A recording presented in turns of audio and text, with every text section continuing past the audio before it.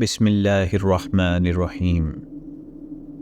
حضرت یونس علیہ السلام۔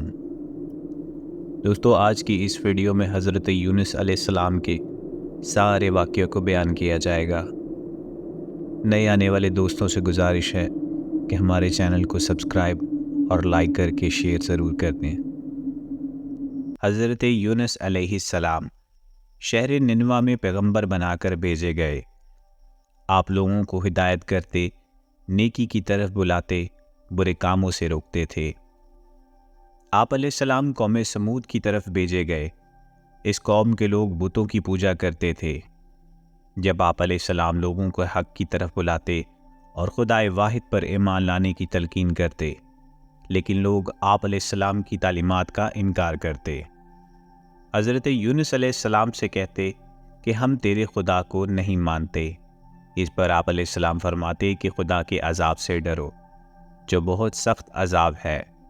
لوگ آپ علیہ السلام کی باتیں سن کر آپ کا مذاق اڑاتے اور آپ علیہ السلام اور آپ کی راہ میں رکاوٹیں کھڑی کرتے۔ دوستو، یہاں پر بتاتا چلوں کہ آپ علیہ السلام نے قوم سمود کو راہ راست پر لانے کی بہت سی کوششیں کی، لیکن بھٹکی ہوئی قوم آپ علیہ السلام کی نصیحت کا کوئی اثر نہیں ہوا۔ تو آپ کو یقین ہو گیا کہ یہ لوگ خدا پر ایمان لانے والے نہیں ہیں۔ آپ علیہ السلام مایوس ہو گئے۔ مایوسی کی حالت میں آپ نے قوم سمود کی تباہی و بربادی کے لیے بد دعا کی اور اس سرزمین سے نکل پڑے۔ چلتے چلتے درائے فراق کے کنارے پہنچ گئے تو دیکھا کہ ایک کشتی کنارے پر لگی ہوئی ہے۔ لوگ اس پر سوار ہو رہے ہیں۔ ان کی دیکھا دیکھی میں آپ علیہ السلام بھی اس پر سوار ہو گئے۔ جنہیں جانا تھا وہ سب سوار ہو چکے تھے۔ کشتی لوگوں سے بھر چکی۔ اس کے بعد کشتی اپنی منزل کی طرف روانہ ہوئی۔ سمندر پرسکون تھا، آسمان بھی صاف تھا۔ مسافر اطمینان سے بیٹھے ہوئے تھے۔ جب کشتی بیچ سمندر میں پہنچی تو دیکھا کہ آسمان پر سیاہ بادل اٹھ رہے ہیں۔ پھر ہوائیں چلنے لگی۔ ہوا اچانک طوفان کی شکل اختیار کر گئی۔ سمندر میں کشتی ڈگمگانے لگی۔ سمندر کی لہریں اوپر نیچے ہونے لگیں۔ بارش بھی شروع ہو گئی۔ طوفان کے جھٹکوں اور پانی کے تھپیڑوں سے کشتی کے ڈوبنے کا اندیشہ پیدا ہو گیا۔ دوستو، آگے بڑھنے سے پہلے میں آپ کو بتاتا چلوں کہ یہ وہ معاملات تھے جب حضرت یونس علیہ السلام کشتی میں سوار تھے۔ کشتی میں بیٹھے ہوئے مسافروں میں سے ایک نے کہا کہ یوں معلوم ہوتا ہے کہ کشتی میں کوئی ایسا شخص بھی سوار ہے جس سے کوئی بہت بڑی غلطی سرزد ہو چکی ہے۔ جب تک ایسے شخص کو کشتی سے نہ نکالا جائے، کشتی کا صحیح سلامت رہنا محال ہے۔ وہ شخص کون ہے یہ بتانا بھی مشکل ہے جب تک کہ وہ شخص خود کو پیش نہ کرے۔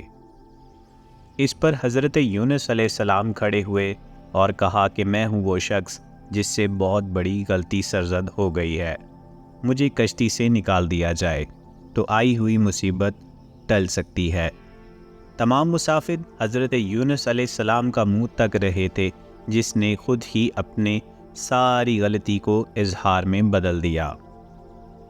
پھر سب نے ایک زبان ہو کر کہا کہ یہ شخص تو فرشتہ صفت انسان معلوم ہوتا ہے۔ ہم کسی بھی صورت میں اسے کشتی سے نہیں نکال سکتے۔ مسافروں میں سے ایک نے تجویز کی کہ قرآن اندازی کی جائے۔ جس کا نام پرچی میں نکلے وہی سزا کا مستحق ہوگا۔ ہم اسے کشتی سے نکال دیں گے۔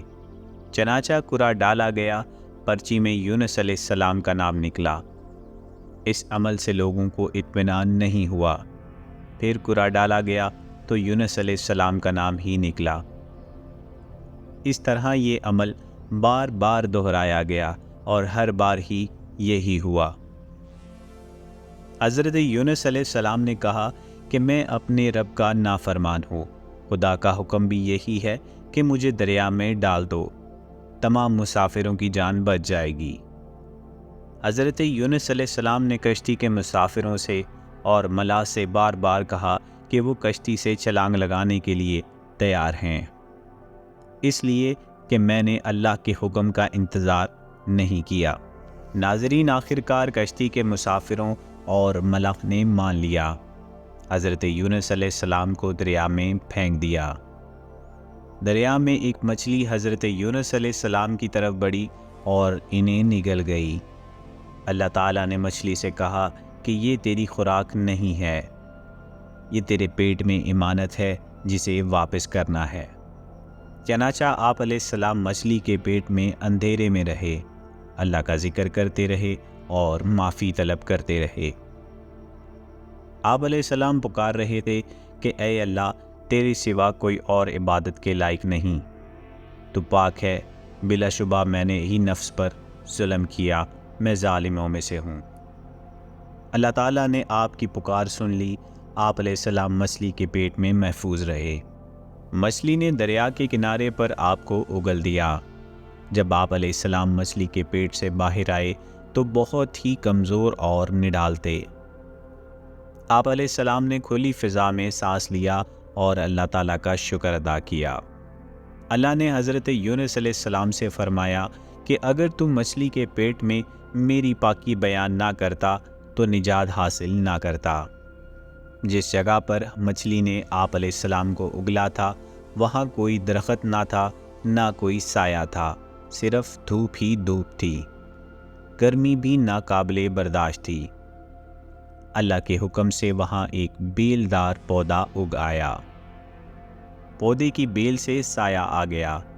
آپ علیہ السلام سائے تلے بیٹھ گئے اور اللہ تعالیٰ کا ذکر کرنے لگے۔ کہا یوں جاتا ہے کہ آپ علیہ السلام کے پاس ایک ہرنی آتی تھی اور اپنا دودھ پلا کر چلی جاتی تھی۔ اللہ تعالیٰ کچھ اس طرح سے فرماتے ہیں کہ ہم نے بغیر گھاس کے زمین پر ڈال دیا اور وہ بیمار تھا، اور ہم نے بیل دار درخت اگایا اور ہم نے اس کو 1,00,000 آدمی کی طرف بھیجا، بلکہ اس سے بھی زیادہ۔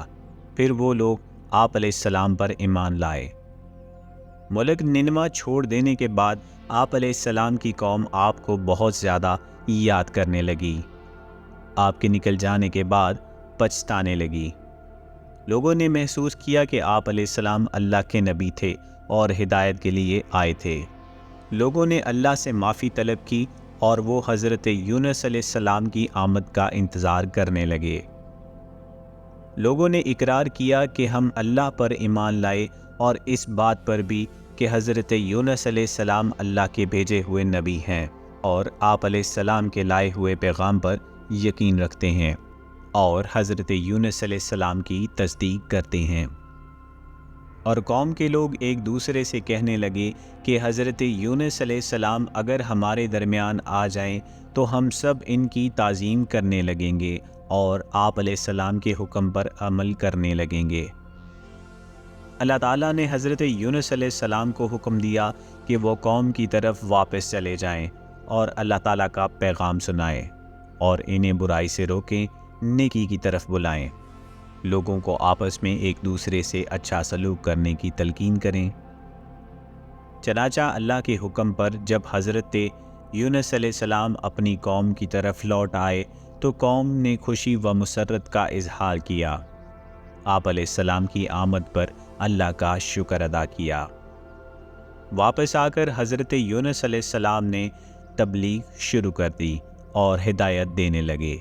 برے کاموں سے دور رہیں، ضرورت مندوں کی مدد کریں، بھوکوں کو کھانا کھلائیں، ننگوں کو کپڑے پہنائیں، کسی کے ساتھ برا سلوک نہ کریں۔